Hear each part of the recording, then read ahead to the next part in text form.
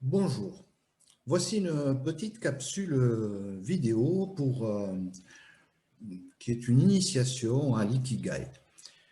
Alors, c'est une initiation qui est à l'attention des personnes qui sont un petit peu dans le doute et qui recherchent, disons, comment dire, un projet professionnel. Et donc, dans le cadre de Solidarité Nouvelle face au chômage, comme on accompagne des personnes en recherche d'emploi, ça peut être une solution pour éventuellement se remettre en question et trouver de nouvelles opportunités pour s'orienter vers une nouvelle recherche d'emploi. Donc, qu'est-ce que c'est que l'ikigai? L'ikigai, c'est un terme déjà japonais, c'est une philosophie qui veut dire la joie de vivre ou la raison d'être. Et selon les Japonais, c'est la raison de se lever le matin. Et pour nous, forcément, vous comprendrez que c'est important. Pour ceux qui sont dans le doute. Nos amis canadiens ont fait une méthodologie qui s'appelle la DVP et qui a un franc succès au Canada. Et donc la DVP, ça veut dire activation du développement vocationnel et personnel. Donc c'est essayer de trouver sa vocation et essayer de trouver ce qui nous permettra d'avancer au niveau personnel et au niveau professionnel. Moi, je vais vous présenter quelque chose qui est un petit peu issu de tout ça, et je vais l'appeler l'ikigai. Pourquoi? Parce que forcément, c'est la raison d'être et la joie de vivre, c'est important, c'est la direction vers le bonheur.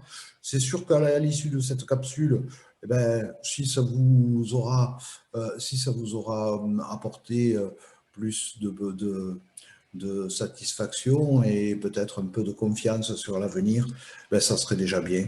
Et donc, si vous êtes content et donc gay, eh ben, on ne sera pas loin d'être vers le centre de ce schéma.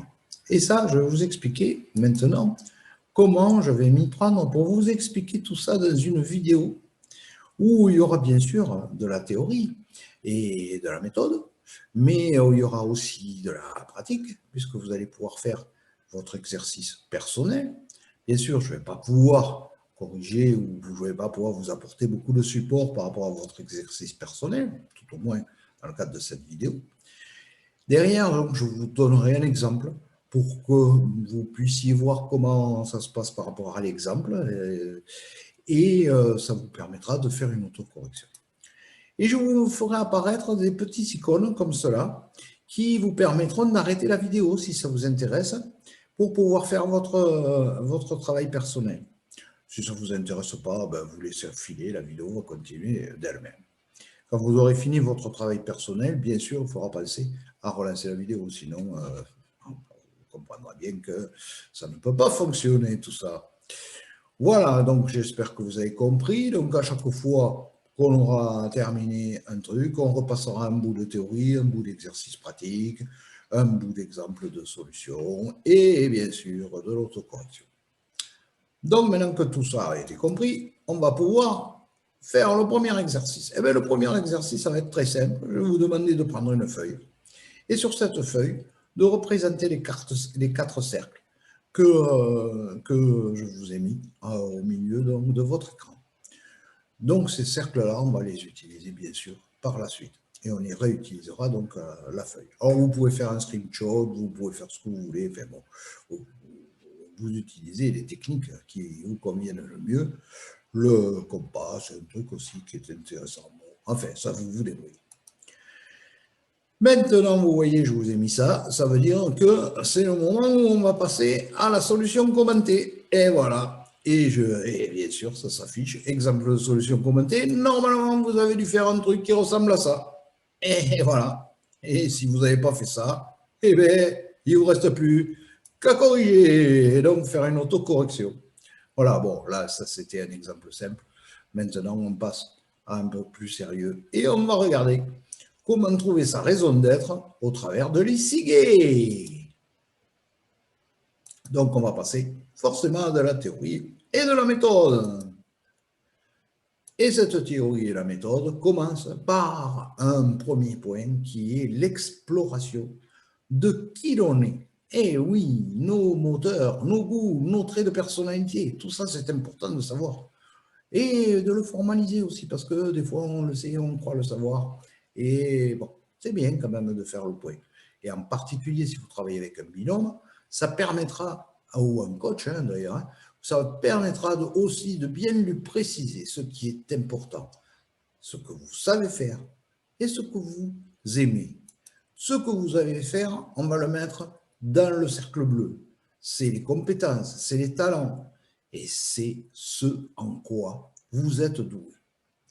Et ce que vous aimez, on va le mettre dans le cercle rose. C'est là vos aspirations, ce qui vous plaît, ce qui vous fait vibrer, etc.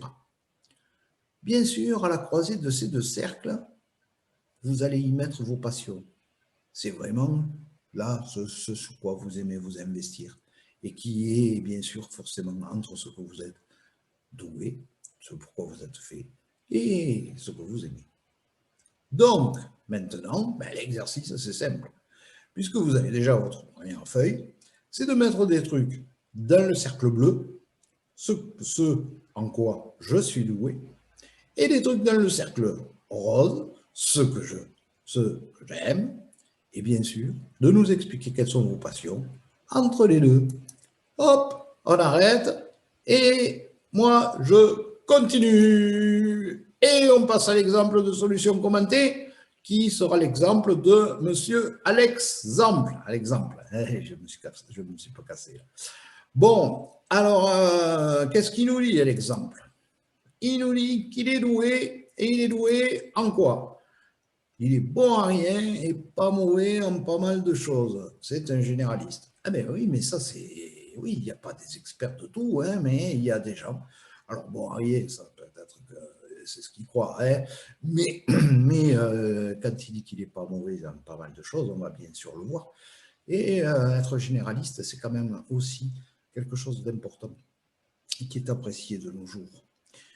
Et qu'est-ce qu'il aime, notre ami Alex? Il aime les enfants, il aime la cuisine, les jeux, les énigmes, la pétanque, le cinéma, le sport, la BD. Hop, hop, hop, hop, hop, il en aime des tonnes. Hein. Il aime apprendre, il aime comprendre, il aime inventer, il aime transmettre. Oh. Et je suis sûr en plus qu'il ne nous a pas tout dit dans ce qu'il aime. Mais bon, allez, c'est déjà pas mal. C'est déjà pas mal. Et alors, bien sûr, ses passions, c'est quoi? Les vieilles voitures, ben oui, parce que monsieur, il aime bien les vieilles voitures. Et il a réalisé une carriole là, qui est tirée par des chevaux et qui laisse entreposer. J'ai un copain qui a un rat là. Et il a aussi il a retapé une voiture de collection qu'il laisse chez un copain qui lui a fait la peinture là, qui est mécanicien moto, ou je ne sais plus trop, carrossier, je ne sais plus trop exactement. Du coup, il se rend compte en nous disant ça, bien sûr qu'il a oublié de nous dire qu'il était bon en bricolage. Et oui, c'est un bricoleur, notre ami Alex. Et oui, il avait oublié de nous le dire. Mais bon, c'est bien de le préciser. Et dans ses passions, il y a le patrimoine local aussi. Ah oui, ça, il aime se promener dans la nature, il aime se promener et découvrir les vestiges du passé, les vieilles églises, les vieux trucs, les histoires de gens qui ont vécu, etc., etc. Le patrimoine local, quoi. Ça, c'est sa passion. Eh bien, écoutez, moi, je pense que c'est pas mal, quoi. Hein, ouais, si vous avez fait ça, ben, c'est pas mal. Et si jamais vous n'avez pas tout à fait rangé les trucs où il fallait, ben vous pouvez auto-corriger et vous n'avez qu'à relancer. Et moi, je vous retrouve tout de suite après. Parce que là, on va passer à l'étape suivante. Et l'étape suivante, c'est ce qu'on appelle la cristallisation. Et oui, il va falloir comprendre ce dont le monde a besoin. Et ça va être le cercle, le troisième cercle, le cercle vert. C'est-à-dire ce qui fait sens pour nous, c'est-à-dire ce qui est important pour nous, mais ce qui est important aussi et pour les autres. Et oui, parce qu'on n'est pas tout seul au monde. Et donc, si nous, on va apporter quelque chose au monde, eh bien forcément, il faut que ça corresponde aussi à notre besoin, bien sûr, mais aussi aux besoins des autres. Et donc, on va mettre tout ça là-dedans. Quand on est en la recherche d'emploi, ben forcément, c'est aussi se préoccuper des, disons, des métiers qui recrutent, et les métiers qui recrutent, bien sûr, qui correspondent à nos valeurs et qui peuvent avoir une importance pour nous. Donc, dans le cadre de la recherche d'emploi, ça peut être intéressant aussi de faire une étude sur tout ça. Donc, qu'est-ce qu'on va faire? Eh bien, on va faire entre les deux, j'ai oublié de vous dire ça, c'est que forcément, entre ce qu'il aime et les besoins, eh bien, c'est un peu la mission pour laquelle il pense qu'il est, prêt, ou que vous êtes prêt à vous investir. Voilà. Et donc, on va faire l'exercice. L'exercice, eh bien, forcément, on a déjà mis je suis doué, on a déjà mis j'aime, et il nous faut mettre maintenant ce dont le monde a besoin et la mission que vous pensez, pour laquelle vous pensez que vous êtes fait. Et voilà, je mets un petit truc là pour le temps que vous fassiez votre truc. Et puis, on passe directement à l'exemple. À l'exemple. Et voilà. Je vais la refaire en plusieurs fois, je crois. Donc, qu'est-ce qu'il nous fait à l'exemple? À l'exemple, qu'est-ce qu'il nous dit? Le monde a besoin. Alors, qu'est-ce que tu en penses, Alex? De se changer les idées, de découvrir la nature et le passé, de se développer économiquement et localement. Eh ben voilà. Écoute, oui, je pense que c'est une bonne vision d'ensemble, ça te correspond, mais c'est une bonne vision d'ensemble, ça c'est sûr. Et ta mission, alors là-dedans, c'est quoi? Retaper, recycler, faire découvrir. Et ben voilà, si c'est pour ça que tu es fait, forcément, c'est ta mission. Et d'accord. Eh bien, moi, je trouve que c'est bien, hein, l'exemple, tu as bien gazé. Vous, je ne sais pas, mais vous voyez, hein, et sinon, vous autocorrigez. Voilà. Et on passe à la suite, parce que bien sûr, hein, il nous reste le rond jaune à faire. Et oui, le rond jaune à faire, il faut un peu de méthode pour ça. Et la méthode, c'est quoi? On va hiérarchiser et choisir. Pourquoi? Parce que on est en train de regarder le 4e cercle, et ce cercle, c'est ce pourquoi je suis ou nous sommes payés. Parce que ça, c'est important quand même dans la vie de savoir pourquoi on est payé dans tout ça. Et bien sûr, au travers de ça, ça va nous donner une vision un peu d'ensemble. Parce que ça va nous permettre de dire où j'en suis aujourd'hui, où je pourrais essayer d'aller et où j'aimerais m'éclater, quel serait le métier de mes rêves, quel est le cap que j'ai envie de choisir pour mon avenir, pour demain, pour après-demain, et en termes de métier et en termes d'activité. Donc, qu'est-ce que vous allez faire maintenant? Eh bien, maintenant, vous allez regarder. Ah oui, j'ai oublié de vous dire ça, que entre bien sûr le besoin et ce pourquoi vous êtes payé, il y a ce qu'on peut appeler votre vocation. Et bien sûr, entre ce pourquoi vous êtes doué et ce pourquoi vous êtes payé, il y a probablement votre profession. Donc, bien sûr, maintenant, vous allez marquer entre le cercle bleu et le cercle jaune votre profession, entre le cercle jaune et le cercle vert, ce que vous pensez être votre vocation, et dans ce qui est marqué dans je suis payé, vous allez marquer ce que vous aimeriez faire à moyen terme. Donc, si vous n'avez pas de travail, ce que vous recherchez comme poste, hein, et en vous rapprochant le plus de l'ICIGE, vous allez marquer quel serait le métier de vos rêves et qui correspondrait à la synthèse un petit peu de tout ce qu'on vient de voir. Hein. Et donc là, il ne vous reste plus qu'à faire un petit exercice personnel. Et du coup, je vous cale le truc, vous arrêtez la vidéo si vous voulez. Moi, je passe à la suite et je vous explique ce qui arrive à notre ami Alex. Quel est l'exemple de solution commentée que je vais faire d'Alex? Alors, Alex, qu'est-ce que tu nous dis? Ce pourquoi je suis payé, ma profession, ma vocation. Allez, vas-y, balance. Qu'est-ce que tu nous dis? Vendeur de magasin bricolage. Ah oui, mais là, c'est sûr. C'est ton dernier emploi. C'est ton dernier emploi, et oui, mais ça, c'est quelque chose que tu sais faire et qui correspondait quand même pas trop mal parce que le bricolage et tout ça, c'était bien. Et en plus, ça te permettait de pouvoir récupérer les bricoles pour pouvoir faire tes voitures et tes carrioles. Mais voilà, tu ne travailles plus là-dessus. Eh oui, mais écoute, je suis désolé. Donc, qu'est-ce que tu fais? Ah oui, mais quand tu peux, ben, tu colles quelques trucs de guide touristique et tout, oui, je comprends bien, hein, le patrimoine local et tout ça, oui, oui, je comprends bien. Mais bon, pas, ça nourrit pas son homme, hein, tout ça, et puis en plus, bon, tu aimerais bien sortir de cette boucle infernale de chômage. Donc, qu'est-ce qu'on pourrait faire là-dedans, Alex? Qu'est-ce que tu en penses par rapport à tout ce qu'on a dit? Que tu voudrais faire vendeur chez un concessionnaire auto. Ça, c'est pas mal. Ça, tu pourrais le faire assez à court terme. Donc, ça, on peut t'aider, on peut t'accompagner là-dessus. Et d'accord, il n'y a pas de problème. Mais dans tes rêves, tout ça, qu'est-ce que tu en penses? Créer un centre d'apprentissage. Ah, oui, un centre d'apprentissage de quoi? Tu n'en sais rien. Il n'en sait rien. Il n'en sait rien, mais un centre d'apprentissage, ça lui plairait. Soit pour apprendre à retaper des vieilles bagnoles, soit pour apprendre le patrimoine, soit pour apprendre. Mais il voudrait enseigner. En fait, tu voudrais enseigner et créer son propre centre d'apprentissage. Et que ça correspond bien à faire découvrir et tout ça.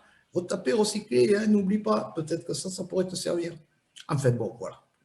Notre ami Alex a fait son exercice et j'espère que vous aussi. Donc maintenant que vous avez compris le principe, vous pouvez soit passer tout de suite à la suite, soit faire votre autocorrection. Parce qu'il nous reste un petit coup de méthode encore à faire. Et c'est le dernier, je crois. Ne cassez pas. Parce que là, maintenant qu'on a tout fait ça, non, qu'on a fait tout ça, pardon. Maintenant qu'on a fait tout ça, ben forcément, il ne reste plus qu'à réaliser. Et oui, il faut réaliser tout ça. Et donc, pour ça, il faut agir. Et pour agir, il faut un plan d'action. Alors, on ne va pas regarder le plan d'action là. Hein, on fera une autre capsule pour expliquer comment on fait un plan d'action. Mais en gros, vous avez compris. Il y a une stratégie. Il y a une stratégie. Ce que vous êtes en train de faire, ce que vous aimeriez faire à court terme, ce que vous aimeriez faire à plus long terme. Et dans le cap que vous êtes fixé, c'est forcément celui que vous avez mis dans l'ICIGUE. Et si vous avez mis le cap dans l'ICIGUE, eh bien, au fur et à mesure, vous regardez que ça ait du sens. Que ça ait eu du sens. Et vous allez saisir des opportunités, peut-être une formation, peut-être quelque chose qui vous permet d'avancer vers ce cap. Et bien sûr, vous allez tirer profit de toutes vos expériences, qu'elles soient réussies ou qu'elles soient parfois des échecs, sachant que les échecs, souvent, ils apportent beaucoup plus d'enseignements que les réussites. Donc, l'avenir est à vous maintenant. Et l'exercice qu'on va faire, non, on ne va pas faire l'exercice d'abord parce qu'il faut que je vous explique encore des choses. Alors d'abord, je vous ai colorié les trucs. C'est que c'est joli, vous n'êtes pas obligé de le colorier.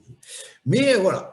Pourquoi? Parce que je n'ai pas oublié de vous dire des trucs. C'est que si jamais vous êtes à côté de l'ICIGUE, mais pas tout à fait dans l'ICIGUE, et que par exemple, vous êtes en train de faire quelque chose que vous aimez, pourquoi vous êtes doué et pourquoi vous êtes payé, mais qui ne correspond pas à votre besoin philosophique et qui n'a pas l'air de correspondre aux besoins non plus de l'extérieur, des autres, etc. Eh bien, ça va vous apporter de la satisfaction, ça c'est sûr, mais vous n'aurez pas un gros impact sur votre entourage. Et ça va peut-être poser quand même un certain nombre de problèmes.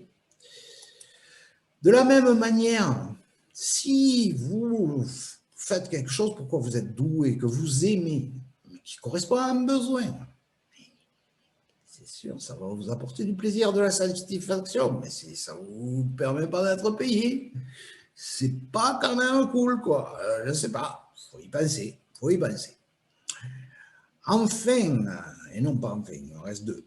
Et d'abord, si vous êtes, alors où on est là? Où on est que vous aimez, vous répondez à un besoin, vous êtes payé pour, mais vous n'êtes pas doué. Et ça arrive aussi. Eh ben oui, si ça arrive, ça arrive. Eh ben, dans ce cas-là, eh ben oui, ça va vous générer de l'enthousiasme, tout ça, vous allez apprendre, mais vous allez avoir quand même de l'incertitude et des doutes. Et oui, si vous n'êtes pas doué, vous allez dire, ah, là, je ne suis pas doué, je risque de perdre mon boulot, etc., etc. Donc, de l'incertitude et des doutes. Alors attention, si vous allez dans ce coin-là, vous risquez d'avoir de l'incertitude et des doutes. Enfin, maintenant, il me reste encore le dernier. Et le dernier, c'est, voilà, je suis doué pour faire ça. Je suis pas trop mal payé pour le faire. Ça correspond à un besoin du monde, etc. Mais je fais quelque chose que j'aime pas trop faire. Et ben voilà. Et ben voilà. Et ben là, vous serez dans la routine. Ça ramène, c'est de l'alimentaire, on appelle. Vous serez peut-être dans votre zone de confort, tranquillou. Vous savez, vous êtes doué pour ça, vous êtes payé pour ça, ça correspond à un besoin, tranquillou. Mais petit à petit, va s'installer un sentiment de vide et de lassitude.